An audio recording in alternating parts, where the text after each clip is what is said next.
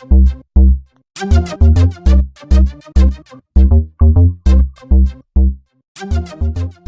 a todos, espero que estén muy bien. Avanzamos con el estudio de límites. Hoy vamos a ver un poquito de teorema de valor intermedio y luego unos cuantos ejercicios de límites de funciones trigonométricas. Sin más, comenzamos. El ejercicio 12 me pide analizar las siguientes situaciones. Bien, acá quedamos con una resaca de álgebra de límites del video pasado. Vamos a completarlo y después ya nos vamos a lo que nos corresponde en el video.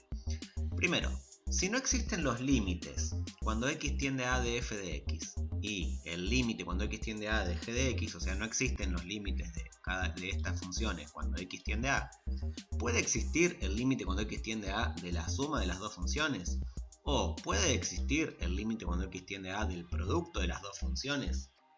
Bien, tenemos entonces que analizar estos dos casos. Nosotros sabemos que no van a existir los límites de estas funciones y queremos ver si puede existir el límite de la suma de las funciones. ¿Qué vamos a hacer acá con encontrar un ejemplo donde se cumpla? Ya estamos diciendo que sí, puede haber algún caso donde pueda existir, o sea que vamos a buscar un ejemplo de eso. Cuando tenemos que buscar ejemplos de esto, lo que mejor sirve, digamos, es usar funciones que estén definidas por partes, porque las podemos manejar más a nuestro antojo, a algo que nos convenga más. A mí se me ocurrió hacer lo siguiente. Definir la función f de x como una función por parte, que son dos partes constantes, bien, lo más simple que pude, pensé, donde vale 2 cuando x es menor a 3 y vale 1 cuando x es mayor a 3. Si nosotros graficamos esta función, me queda así. Y si pensamos en el límite de la función cuando x tiende a 3, no existe porque los laterales no coinciden. Yo me acerco por la izquierda, la función vale 2. Yo me acerco por derecha, la función se acerca a 2, no vale 2. Se acerca a 2 y se acerca, en este caso, a 1 por la derecha. Entonces, acá yo puedo decir que el límite no existe. Vamos a crear ahora una función g, que el límite no exista, pero vamos a tratar de pensar de crearla de una manera que si yo la sumo con esta de acá, exista el límite de la suma. Nosotros recordamos que queremos buscar eso. Entonces, ¿qué va a pasar? Tendría que buscar una forma de agregarle algo al 2 y agregarle algo al 1 para que sean el mismo número. Por ejemplo, yo le agrego 1 al 2 y le agrego 2 al 1 y consigo que quede 3 en los dos casos, si la llegara a sumar. Entonces, por eso voy a definir g de esta manera. Defino g que vale 1 cuando x es menor a 3 y 2 cuando x es mayor a 3. O sea, la defino al revés que la otra, por decirlo así. Porque a mí se me ocurrió, esto es un ejemplo arbitrario que a mí se me ocurrió. Arbitrario no porque lo estoy eligiendo, un ejemplo puntual que a mí se me ocurrió porque sé que voy a lograr lo que yo quiero. Acá podríamos haber elegido otros números y ahora cuando avancemos voy a decir, por ejemplo, cuáles. Bueno, entonces, tengo acá la función g de x, que claramente el límite cuando x tiende a 3 de g de x no existe. Entonces ya tengo, esto se está cumpliendo, no existe el límite de f de x, no existe el límite de g de x cuando x tiende a 3. Vamos a sumar estas dos funciones. Si yo sumara estas dos funciones, obtengo esta de acá, la función f más g. Va a ser, antes del 3 sumo esta constante 2 con esta constante 1, obtengo la parte constante 3. Después del 3 sumo esta constante 1 con esta constante 2 y obtengo también la constante 3. Y logro la función que me queda toda constante sacando el puntito del 3.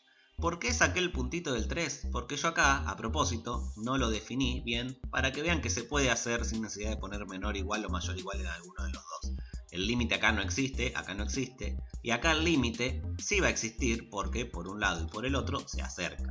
Este ejemplo funcionaría exactamente igual si le ponen menor igual a alguno de las dos cosas. Menor igual acá, o mayor igual acá, mayor igual acá. Recordá que no podés ponerle los dos mayor igual porque si no, no estás definiendo una función, porque si no al 3 le corresponderían dos valores distintos que va en contra de la definición de función. Entonces, fíjense que logré crear una función cuya suma tiene límite, bien, porque acá claramente se ve, por más de que los dos sumandos no tienen límite.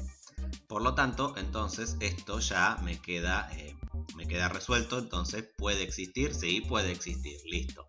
Con la multiplicación, fíjense por cómo definí estas, va a pasar lo mismo.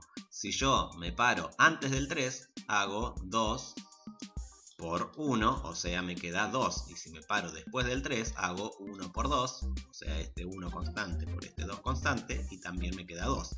O sea que la función f por g es la función constante en 2, con el puntito abierto en 3, 2. Bien, recordá que si querés ponerle menor o igual a los 2, acá vas a dejar el punto cerrado, dejas toda la línea continua. Y recordá de nuevo que esto lo hice para que veas que no me importa qué pasa en el punto, me importa qué pasa alrededor, que es el asunto de los límites, que pasa alrededor del punto, no en el punto.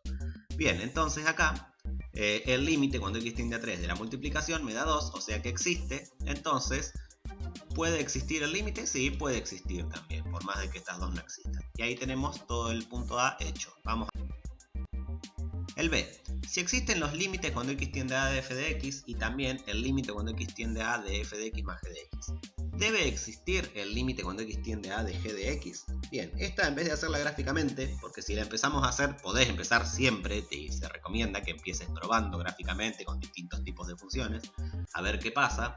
Esta, si las empezás a hacer gráficamente, vas a ver que, o con ejemplos, como vos quieras, vas a ver que esto se cumple siempre. O sea, esto debe existir. Lo que vamos a hacer ahora es demostrarlo.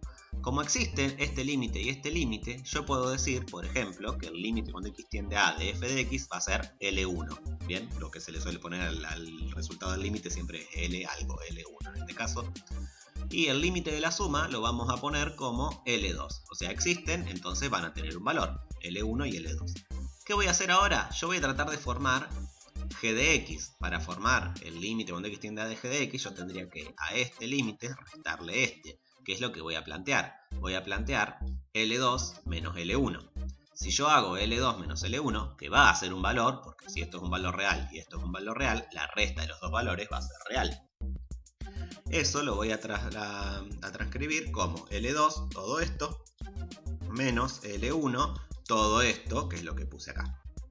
Por álgebra de límites, yo tengo acá que los puedo juntar. Entonces, perdón, que puedo separar estos de acá. Entonces me va a quedar el límite de f de x más el límite de g de x menos el límite de f de x. Al revés, yo podría haberlos juntados a todos dentro de un límite y hacer lo mismo que voy a hacer ahora, que es, fíjate que este de acá queda opuesto a este de acá, por lo tanto los puedo cancelar y a fin de cuentas me queda el límite de g de x. Por lo tanto, fíjense, lo que demostré acá es que el límite de g de x existe y es un valor. O sea que existe siempre, debe existir, por lo tanto esta se cumple. Y ahí tenemos esta completa. Vamos a la próxima. La C. Si existen los límites cuando x tiende a de f de x y el límite cuando x tiende a de f de x por g de x. Se sigue de ello que existe el límite de cuando x tiende a de g de x, o sea, lo mismo que lo anterior, pero en vez de con más, con por. Esta se puede hacer de dos formas distintas. ¿Por qué dos formas distintas? Porque esta no es cierta. Esta vamos a demostrar ahora que no es cierta. Se puede hacer con un contraejemplo si no es cierta, o se puede hacer como lo vamos a hacer primero, que es haciendo el razonamiento simbólico. Voy a hacer un razonamiento parecido a lo que planteamos acá. Entonces voy a decir que límite cuando x tiende a de f de x es L1, límite cuando x tiende a del producto es L2, y voy a plantear, como quiero quedarme con g solo, voy a plantear L2 dividido L1. Acá ya hay la primera alerta roja, que todavía no voy a decir nada, pero podéis ir anticipando qué pasa cuando hago esta división. Bien, ¿qué pasa acá? Reemplazo, aplico álgebra de límite acá para separar, entonces me queda la multiplicación de los dos límites y puedo simplificar las dos límites de f de x y dejar límite cuando x tiende a de g de x. Bueno, entonces, límite cuando x tiende a de g de x existe, podríamos decir, pero no existe siempre, ojo, porque acá planteo una división. Y si estoy planteando una división, pasa algo con el denominador, que no puede ser 0. Entonces mi planteo va a ser que si el denominador, o sea el límite 1, o sea el límite cuando x tiende a de f de x es 0, entonces no va a existir el límite de g de x, porque me va a quedar un número sobre 0, algo que no voy a poder calcular. Por lo tanto, entonces, no siempre existe el límite cuando x tiende a de g de x, o sea que esto no se cumple y esa es la respuesta que vamos a dar. Alternativamente podemos hacer lo mismo con un contraejemplo. Como contraejemplo podemos decir f de x va a ser 0. Defino f de x como 0. Entonces, ¿qué pasa? El límite cuando x tiende a 3 de f de x va a ser 0. Digo cuando x tiende a 3 como puedo decir cualquier otro número. Me quedé con el x tiende a 3 del ejercicio anterior, por eso. Entonces, el límite vale 0. Ahora, si yo hago que g de x sea como la que hicimos hoy, 1, 2, menor o igual a 3, mayor que 3, le pongo ahora al igual por una cuestión de que es más fácil para definir lo que quiero hacer. Entonces, el límite cuando x tiende a 3 no existe, no coinciden los laterales. Bien, entonces este existe, este no existe. Y fíjense, ahora si yo las multiplico, si yo hago 0 por las dos partes, obviamente cada parte me va a dar 0. Entonces yo puedo decir que f por g de x va a ser 0 y el límite de 0 es 0. Entonces fíjate que me queda el límite de f de x existe, como me dice acá, el límite de f de x por g de x existe, como me dice acá, y no existe el límite de g de x. Por lo tanto, esto no siempre se cumple, no siempre es cierto. Se puede entonces tomar esta parte como para justificar o esta parte para justificar y las dos son igual de válidas. Un contraejemplo o el razonamiento lógico. Si esto de acá dijera que si existen los límites y además el límite de f de x es distinto de 0, sí se cumple y podemos usar este razonamiento para justificarlo. Bien, vamos al próximo, al ejercicio. Para el ejercicio 13 tenemos estas dos consignas. Vamos a empezar por la primera, que me plantea que si tengo una función f de x, que está acá, entre medio de 2 menos x cuadrado y 2 coseno de x para todo valor de x, o sea que esta función siempre va a estar entre medio de esta y de esta de acá, hay que determinar el límite cuando x tiende a 0 de f de x. ¿Qué vamos a hacer para esto? Vamos a usar el principio de intercalación o el teorema del sándwich, lo dicen en algunas teorías.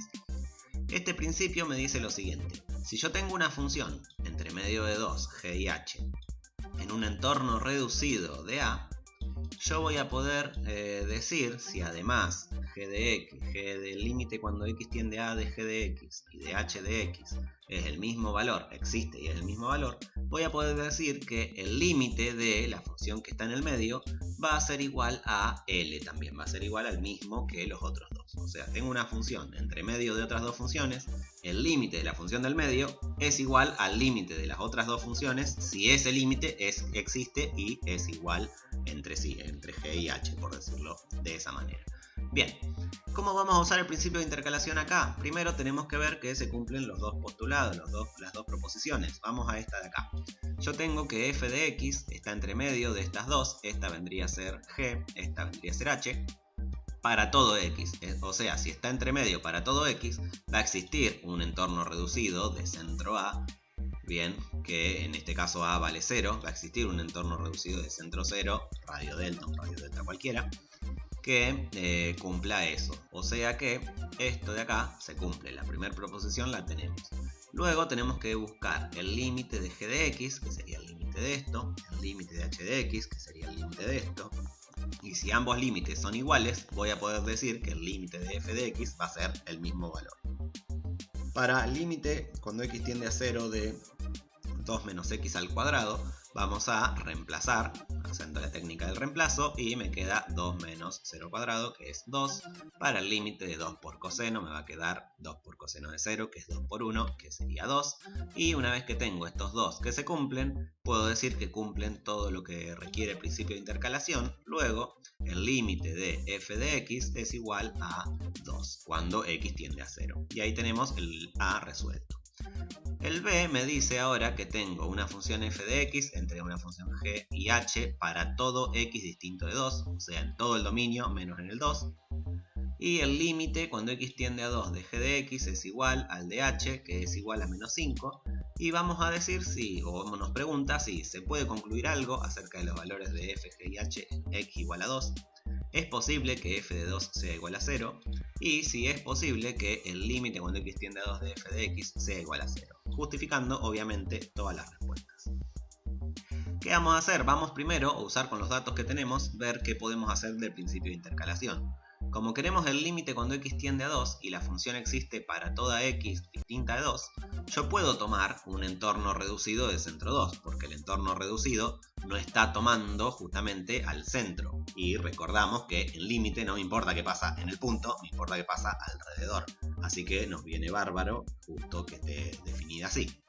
Entonces la primera proposición la tenemos. Vamos a la segunda. La segunda ya sabemos que los dos límites existen y son menos 5. Por lo tanto, yo puedo decir que el límite cuando x tenga 2 de f de x va a ser igual a menos 5. O sea, existe el límite y es menos 5.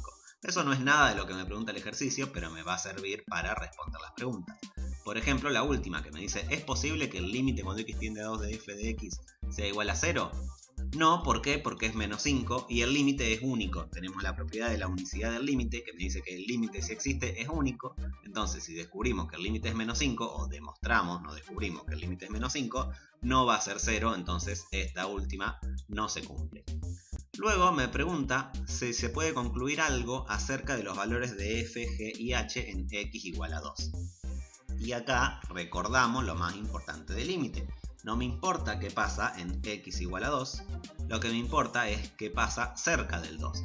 Y como la función está definida para todo x, está definida no, la función está entre medio de g y h para todo x distinto de 2, no sabemos qué pasa, no sabemos qué valores pueden tomar porque no me lo aclara en ningún lado. Entonces no se tiene ninguna información de las funciones en x igual a 2. No se puede concluir nada en realidad. Se puede concluir que pueden ser mayores, menores, iguales, cualquier cosa, pero no tenemos más información como para decir nada, entonces no podemos concluir nada. Y luego, ¿es posible que f de 2 sea igual a 0? Sí, porque no sabemos nada, puede hacer lo que quiera f de 2. Nosotros no nos importa f de 2, nos importa qué pasa cerca del 2 en realidad. Así que podrían tomar cualquier valor o bien podrían no estar definidas. O sea que ahí tenemos la respuesta de esas dos. Lo que no afecta a esto, que hay que recordar, no afecta el análisis del límite. Porque el límite es alrededor de x igual a 2, no en x igual a 2. Así que me importa 3 pitos que hace la función en 2. Re malo se ponía con el 2. Bueno, vamos a calcular ahora un montón de límites trigonométricos. Nosotros vamos a usar, este 14 tenía una opción, un ítem A, que era demostrar esta de acá. Esa demostración la voy a dejar aparte porque es una demostración muy larga y el video se me va a demasiado. Voy a subir en algún momento esta demostración, pero quiero ir más a lo práctico en vez de a lo teórico ahora, sobre todo en esta serie de videos, así que la vamos a dejar para otro momento. Pero recordamos que esta sirve si yo tengo el límite cuando x tiende a 0 del seno de algo sobre ese mismo algo, bien, que puede ser una función, va a ser igual a 1. Y esta funciona si está al revés. Si tengo f de x arriba y seno de f de x abajo, también funciona la misma igualdad. O sea que va a ser también igual a 1. Bien, vamos a empezar con la primera. Estas tienen todas distintas formas de resolverlo, distintas estrategias que se le pueden tomar de manera algebraica. Entonces, la A tenemos límite cuando x tiende a 0 de seno de 2x sobre 5x. Fíjense que esto yo puedo decir que es igual a 1 cuando tenga lo mismo en adentro del seno que abajo. Acá no tengo lo mismo porque si bien tengo la x, acá tengo un 2, acá tengo un 5. ¿Qué voy a hacer entonces? Lo que voy a hacer es plantear lo mismo, pero multiplico por una fracción equivalente a 1, que en este caso sea 2 sobre 2. ¿Por qué 2 sobre 2? Porque yo ahora este 2 puedo usar la propiedad conmutativa del producto para cambiarlo con el 5. Entonces yo puedo dejar escrito esto de acá. El 5 lo cambio de lugar con el 2 para que me quede acá. Fíjense que en numeradores no hice nada. Y logro que me quede el seno de 2x sobre 2x. ¿Qué voy a hacer ahora? Como tengo un producto adentro de un límite, yo puedo plantear el límite, el producto de los dos límites por separado. Este de acá, nosotros sabemos que va a ser igual a 1 por esto que tenemos acá de hipótesis. Entonces todo esto lo cambio por 1. Acá me queda el límite de una constante, o sea me queda 1 por 5 medios, que sabemos que es 5 medios. Y ahí tenemos ese límite resuelto. Para la B tenemos ahora límite cuando x tiende a 0 de coseno de x menos 1 sobre x. Fíjense que no tenemos seno y eso es un problema porque esto funciona solamente si tenemos seno. O sea que tenemos que hacer que de alguna manera u otra me aparezca un seno en este cálculo. ¿Qué voy a hacer entonces? Voy a usar las identidades trigonométricas que involucran al seno y al coseno, que me permite escribir el coseno en función del seno para poder reemplazarlo acá. La principal que tenemos, la que más se suele usar, es seno cuadrado de x más coseno al cuadrado de x igual a 1. Si yo quiero despejar un poco el seno acá, me va a quedar que seno al cuadrado es igual a 1 menos coseno al cuadrado de x. No me sirve todavía del todo, pero fíjense que esto de acá tiene un poquito esta estructura. Vamos a modificarlo un poquito y voy a escribirlo de la siguiente manera. Como el negativo es el coseno y el 1 es positivo acá, hago un factor común menos 1, bien, o menos directamente, y ya que está los pongo en orden. Me queda menos 1 dividido menos 1 me da 1, coseno de x dividido menos 1 me da menos coseno de x. Y ahí logré que esto tuviera un poquito más esta forma. Pero todavía no tiene esa forma. ¿Por qué? Porque este coseno está al cuadrado. Pero, ¿qué podemos hacer acá para que esto me quede al cuadrado? Puedo multiplicar por una expresión que sea equivalente bien para lograr armar una diferencia de cuadrados. Para que me aparezca el coseno al cuadrado, yo a este que es 1 menos coseno, lo puedo multiplicar por 1 más coseno sobre 1 más coseno, porque acá tengo que forzar a que sea 1 siempre, y poder trabajar esto para que me aparezca el coseno al cuadrado. Acá me queda la diferencia de cuadrados, entonces me va a quedar 1 al cuadrado menos coseno al cuadrado. Bien, esto recordamos que es equivalente a 1. Y entonces esto me va a quedar. El menos de adelante no lo toco porque no lo estoy usando y me queda el 1 al cuadrado menos coseno al cuadrado.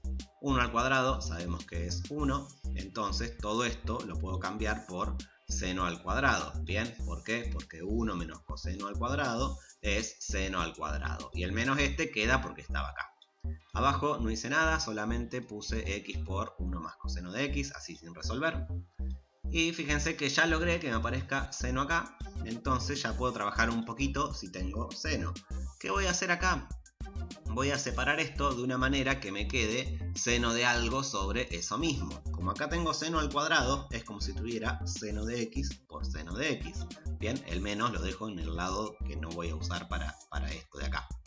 Y como tengo seno de x, tengo que ponerle una x abajo. Y por suerte tengo esta x que está multiplicando, que por propiedad conmutativa la puedo pasar a esta parte de la fracción.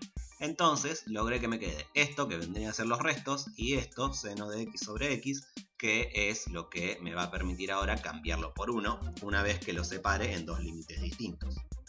Este límite entero lo cambiamos por 1, entonces acá lo que puedo hacer es probar reemplazando.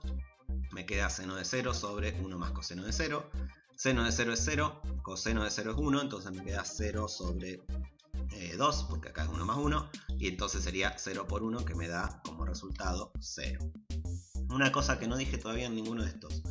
Recordamos que usamos esto, ¿por qué? Porque si yo reemplazo por 0, por ejemplo en este de acá, seno de 2 por 0 es seno de 0, que me da 0. 5 por 0 es 0, me queda 0 sobre 0, que es una indeterminación. Por eso tengo que resolver usando esto. Si vos ves que primero reemplazás y al resolver no te queda 0 sobre 0, mandale para adelante sin hacer todo este lío que estoy diciendo yo acá. Solamente poné lo que te da una vez que reemplazás. Lo mismo con esta.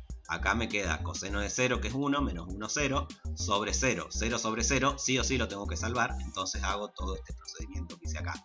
Pero si no pasara esto, si acá hubiera un más, por ejemplo, te queda 0 más 2, que es 2, sobre 0, eso va a ser infinito. Todavía no lo vimos, pero va a ser infinito. Elegí mal el ejemplo. Pero bueno, no se puede salvar, por decirlo, de esa indeterminación. Entonces la dejas así. Bueno, seguimos avanzando. Vamos con el...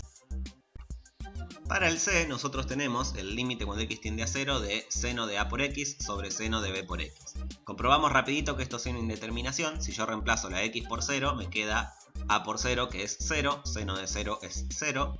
Abajo me va a pasar muy parecido, también me queda un 0. 0 sobre 0 es indeterminada, entonces tengo que salvarla. ¿Qué voy a hacer acá? Yo tengo que forzar a que me aparezca debajo de seno de a por x un a por x. Y sobre seno de b por x un b por x. Entonces voy a plantear lo siguiente. Voy a plantear, como tengo que aparecer a por x debajo del seno, agrego una a y agrego una x. Si agrego una a y una x abajo, agrego una a y una x arriba para que esto siga siendo equivalente a 1. Recordamos que podemos multiplicar por cualquier cosa que sea equivalente a 1 y siempre tratamos de que sea algo que me convenga. Entonces, ahí por eso aparece la A y la X. Si quiero ahora que me aparezca una B por X arriba, la X ya la tengo porque le hice aparecer por la A. Y me voy a poner una B acá, que hace que me aparezca una B también acá abajo. Entonces, eso es lo que voy a elegir para multiplicar. ¿Qué hago ahora? Separo de una manera que a mí me convenga, que va a ser esta de acá. Seno de A por X sobre AX, pongo la A y pongo la X, dejo la B aparte. Y por otro lado, seno de B por X, que es lo que puse acá. Y arriba del B por X pongo BX. Arriba del seno de B por X pongo BX y dejo solamente la A. Ahora, ¿qué hago? Una vez que tengo el límite de las multiplicaciones, lo pongo como la multiplicación de los límites.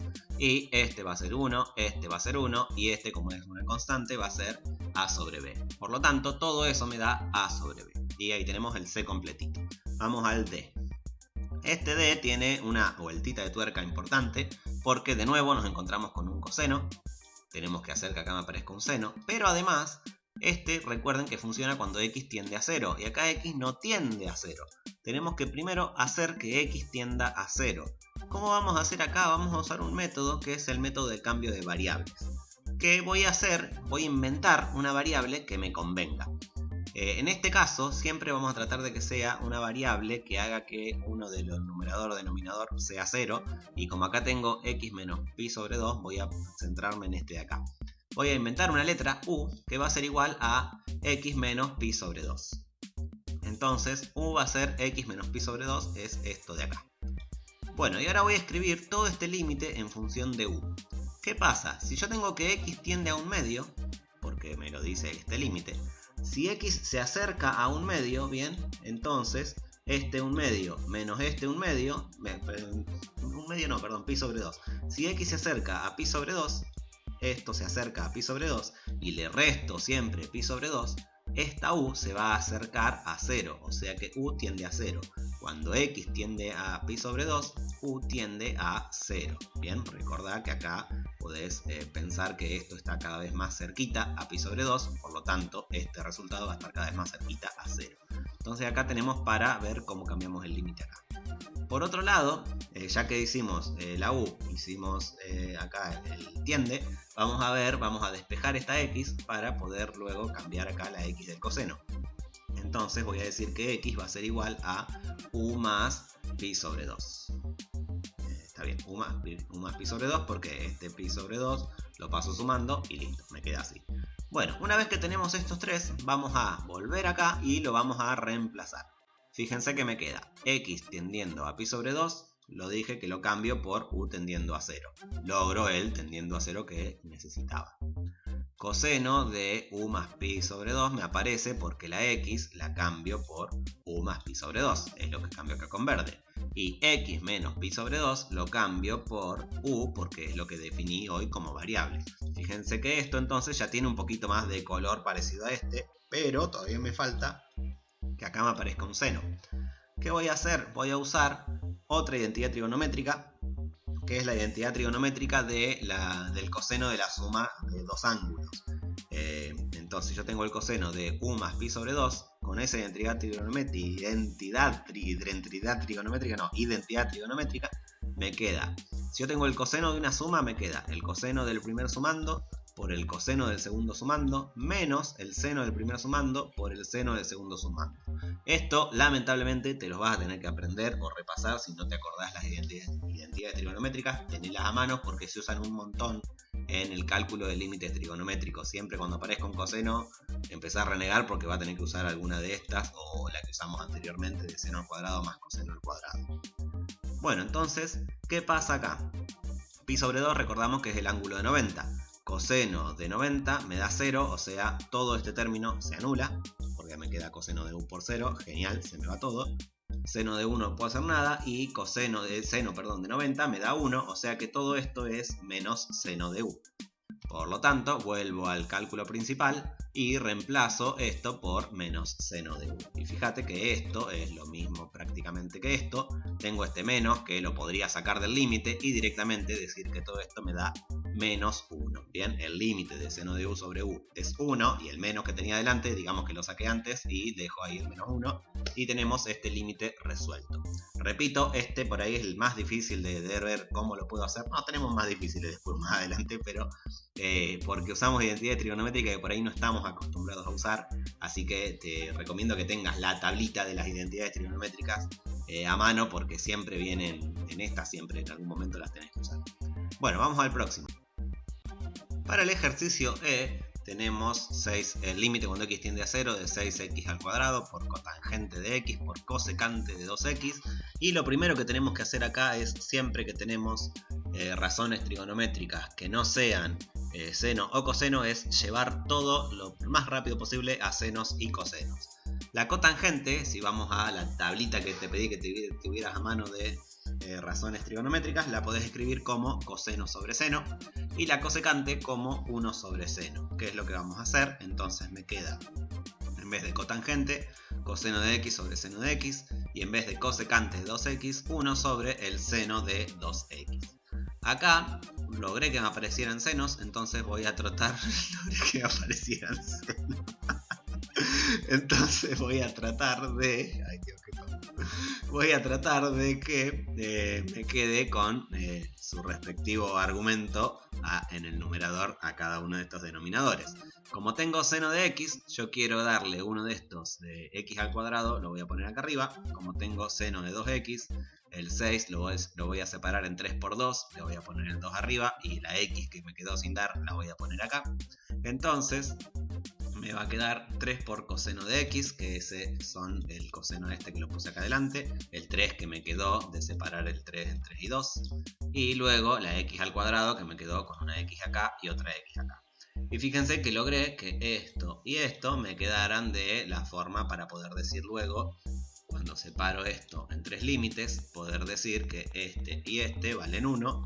Y cuando aplico el reemplazo me queda, acá puedo reemplazar por 0, entonces me queda 3 por coseno de 0, que coseno de 0 sabemos que es 1, 3 por 1 por 1 por 1, 3 por 1 por 1 por 1, que me da como resultado 3. Bien, fallé al contar los puntos. Entonces ese límite ya está resuelto y me da como resultado 3. El F, este es un engaña pichanga que han querido poner los que armaron la guía, porque acá tenemos seno del seno de x sobre seno de x, y la función esta me sirve para f de x y f de x acá. Podemos decir que f de x es seno de x, entonces este límite va a ser 1, no hay que darle más vueltas. Bien, que no te confunda tanto seno. Bueno, vamos a G. Tenemos ahora el límite cuando x tiende a 0 de x por cosecante de 2x sobre coseno de 3x. Lo primero que vamos a hacer, como dije recién, la cosecante la convertimos en 1 sobre seno. Y lo voy a escribir de esta forma para no hacer tanto lío. Como cosecante es 1 sobre seno de 2x, lo pongo ya directamente acá. Y dejo la x acá arriba y el coseno de 3x me queda acá. Ya lo dejo escrito como una multiplicación. Necesito que acá arriba en esta fracción me aparezca un 2x. Ya tengo esta x acá, así que la vamos a pasar. Y necesito que me aparezca un 2, o sea que multiplico por 2 a este numerador. Y ya que está, multiplico por 2 al denominador, que ya lo puse acá adelante. Bien, me salté ese paso, así no escribo siempre todos los mismos pasos. Bien, acá ahora, como tengo el producto, el límite de un producto, separo en el producto de los límites. Este de acá sabemos que me da 1, y acá podemos aplicar reemplazo, donde me va a quedar 1 sobre 2 coseno de 3 por 0. 3 por 0, 0, coseno de 0 es 1, y acá me queda 1, 2 por 1, 2, 1 medio por 1, me da como resultado 1 medio. Ahí tenemos el G resuelto. Vamos a los Para el H lo que vamos a hacer es primero analizar que tenemos el límite cuando x tiende a 0 de la tangente al cuadrado de x más 2x sobre x más x cuadrado. Y como acá tenemos una suma en el numerador, lo que vamos a hacer primero es separar esto en dos partes. Voy a poder separar la parte que tiene la tangente al cuadrado de x con todo el denominador y la parte que tiene el 2x con todo el denominador. Y a la vez, para ahorrar un paso, lo que estoy haciendo es factorizar con factor común el denominador x por 1 más x y x por 1 más x. ¿Por qué hago eso? Porque ya acá de entrada podemos analizar, podemos ver que voy a poder simplificar. Pero antes de adelantarnos con eso, como tengo el límite de una suma, yo puedo escribir la suma de los límites, donde voy a hacer con violeta toda la parte de la tangente y con anaranjado toda la parte que me sobra. Y acá, como ya tengo la x arriba y abajo, simplifico y me queda 2 sobre 1 más x. Ya podemos ver que puedo reemplazar por 0 y me va a dar 2. Lo voy a ir haciendo a medida que vayamos resolviendo que llegan muchos más pasos, pero siempre lo voy a ir arrastrando en la cuenta. Vos podés ir haciendo por un lado, por el otro y luego poner las dos sumas. Al final es totalmente válido. Bueno, ¿qué vamos a hacer? Vamos a primero trabajar con esta expresión, porque la tangente acá no me gusta, necesito que me aparezcan senos y cosenos. Entonces voy a escribir que la tangente al cuadrado de x sobre x más x cuadrado, que puedo poner esto, puedo poner la forma factorizada, voy a usar la factorizada para lo próximo, me va a quedar como seno al cuadrado sobre coseno al cuadrado, que es lo de la tangente, y en vez de poner la fracción sobre fracción, pongo dividido, y ya pongo ahora sí la forma factorizada. Acá se me pasó por la factorizada, es como si estuviera. Bueno, resuelvo la división multiplicando cruzado, seno por nada me queda seno, y coseno por todo eso me queda coseno al cuadrado por todo eso, que lo escribo de esta manera, ¿bien? Lo escribo de esta manera por una cuestión de que que quede al fondo esa x no se mezcle con todas las otras cosas, entonces ya lo dejo así, es como se acostumbra siempre a las trigonométricas ponerlas al final. Bueno, ahora sí, volvemos al cálculo principal. En la parte violeta, en vez de quedarme todo esto, me queda lo que acabamos de hacer en el cálculo auxiliar. Y en la parte anaranjada ya aplico el límite, bien, se va al límite de acá porque ya lo estoy aplicando y me queda 2 sobre 1 más 0. Bien, en esta parte de acá tenemos ya seno como queremos, tenemos seno al cuadrado de x, tenemos argumento x y acá abajo tenemos una x, por lo tanto yo esto lo puedo separar en dos senos multiplicando, entonces me va a quedar de la siguiente manera. Con seno al cuadrado y x, armo con uno de esos senos, seno de x sobre x, que es lo que necesitamos. Dejo el otro seno de x que no usé de este lado y todo lo demás que está multiplicando lo dejo acá. Por ahí estarías tentado de decir coseno al cuadrado lo escribo como 1 menos seno al cuadrado. Podrías hacerlo, luego no vas a poder hacer nada, pero podés hacerlo tranquilamente y vas a llegar al mismo resultado. Bien, y en la parte anaranjada ya directamente resuelvo esto y pongo el más 2. Este más 2 nos va a acompañar hasta el final del cálculo. Bueno, ¿qué voy a hacer ahora? Acá tengo el límite del producto en la parte violeta, entonces voy a dejar el producto de los dos límites. Bien, esta no puedo hacer nada, voy a dejar este desastre ahí. En esta de acá ya podemos decir que es 1, entonces ahora lo que hago es aplicar límites. Si yo reemplazo por 0 acá y puedo resolver, yo esto ya sé que es 1. Si acá puedo resolver y no me queda indeterminado, genial, ya lo tenemos terminado. Y fíjense que al resolver me va a quedar todo esto, lo cambio por el 1, me queda seno de 0, que es 0, arriba nos queda un 0, roguemos porque abajo no pase lo mismo. Abajo tenemos 1 más 0, que es 1, venimos bien. Coseno de 0, que es 1, al cuadrado también me da 1, o sea que todo esto me queda 0 sobre 1, o sea que me queda 0 por 1, 0, más el 2 que venía arrastrando desde hoy, 2. Y ahí tenemos la respuesta de este límite. Bien, vamos al último. Este de acá tenemos el límite cuando h tiende a 0 de seno de x más h menos seno de x sobre h. Quien conozca un poquito sobre el tema que sigue, la unidad que sigue a esto, que es derivada, esto es la definición de derivada del seno. Igualmente no importa que no la sepas, que no sepas que es una derivada, lo que importa es que puedas resolver este límite. Tiene un par de vueltitas para resolverlo, vamos a hacerlo. Tenemos acá el seno de una suma, vamos a aplicar la identidad trigonométrica del seno de la suma de dos ángulos, que va a ser el seno del primer ángulo por el coseno del segundo, más el coseno del primer ángulo por el seno del segundo. Todo lo demás lo dejo igual. Entonces me queda expresado de esa manera, fíjate que ya me desapareció el más de adentro del paréntesis. Ahora lo que voy a hacer, voy a acomodar, voy a juntar, como acá tengo seno de x y acá tengo seno de x, voy a juntar esas dos. Entonces paso de este adelante, lo dejo acá, que lo marqué con anaranjado, y esta multiplicación la pongo al fondo. Y ahora lo que voy a hacer, acá voy a separar, antes de separar voy a hacer un factor común. Como los dos tienen seno de x, los dos términos, hago factor común seno de x. Y me va a quedar seno de x coseno de h dividido seno de x coseno de h. Y seno de x dividido seno de x me da 1. Entonces me queda así. ¿Qué hago ahora? Acá me quedaron dos términos. Los dos están sobre h. Acá tengo un seno de h, eso es interesante. Así que lo que voy a hacer es separar esto en una suma de dos fracciones. Y ya que está, separo también los límites. Entonces me queda el límite de todo esto con la h y el límite de todo esto con la h, que es lo que escribí acá abajo. Bien, y acá muy atentos a esto, porque acá como me dice que h tiende a 0, la variable es h. O sea que todo lo que no sea h se considera como una constante. En este caso, la x está jugando el papel de una constante, como si tuviéramos una k, como si tuviéramos un 2, como si tuviéramos un 5 o un menos 10, cualquier número. Entonces, como es una constante, y yo tengo acá una constante multiplicando a algo que es función, y acá una constante multiplicando a algo que es función, por el álgebra de límites yo puedo sacar la constante del límite. Entonces me va a quedar este seno de x afuera del límite y este coseno de x afuera del límite. Recordamos por eso, porque seno de x y coseno de x acá están haciendo de constante, entonces las puedo sacar. Bien, ahora acá tengo este y este de acá. Este de acá, fíjense, ya tiene la forma que nos gusta, esta forma de acá, seno de h sobre h. H es la variable, así que puedo decir que todo esto va a ser 1. ¿Y qué va a pasar con...? ¿Por qué escribí dos veces lo mismo? No sé por qué escribí dos veces lo mismo. ¿Qué va a pasar con esto de acá? Esto de acá es igual a lo que hicimos en el ejercicio B de esta tanda, el 14BB. Entonces, 14BB. Entonces, acá, este de acá, nosotros sabemos que es 0. Ya lo resolvimos antes, no lo voy a resolver de nuevo. Volvé al B de esta tanda de ejercicios que tenemos uno hecho con x tendiendo a 0 y acá xx, pero es prácticamente lo mismo. Y sabemos que nos da 0. Entonces, este sabemos que nos da 1. En limpio me queda seno de x por 0 más coseno de x por 1. Todo esto se me anula y me queda finalmente coseno de x. Y el límite de todo esto me da el coseno de x. Si sabes algo de derivadas, sabes que la derivada del seno es coseno, así que sabes que el resultado que llegamos es correcto. Bien, con esto entonces terminamos un montón de cálculos más, 40 minutos. Bueno, espero que tengas muy buena semana, que te haya servido y nos vemos en el próximo video. Chau, chau.